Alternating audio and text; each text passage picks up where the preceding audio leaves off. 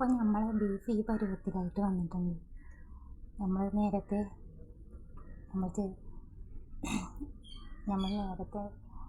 ഉണ്ടാക്കിയിട്ടുണ്ടായിരുന്നല്ലോ.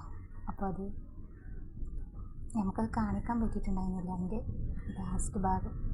അപ്പോൾ ഞാനെന്ത് വിചാരിച്ചു, പിന്നെ നമുക്ക് അങ്ങനെ വീഡിയോ എടുക്കുക, അങ്ങനെ എടുക്കുക, അതിൻ്റെ ലാസ്റ്റ് ചെയ്യാൻ പറ്റിയില്ല. അപ്പോൾ നമ്മൾ ബീഫ് ഈ രൂപത്തിലായിട്ടുണ്ട്. മാഷാ അല്ലാഹ്.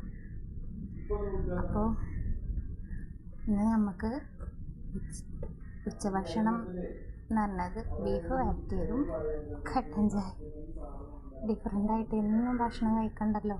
അപ്പോൾ ഡിഫറെൻ്റായിട്ട് നമുക്ക് ഇങ്ങനെയൊക്കെ ട്രൈ ചെയ്തിട്ട് കഴിക്കാം. പിന്നെ ബീഫും ചായ മാത്രം കുടിച്ചിട്ട് ചിലർക്ക് മാറിയിട്ടില്ലേ ഭക്ഷണം കഴിക്കണം. എനിക്കത് മതിയാവും.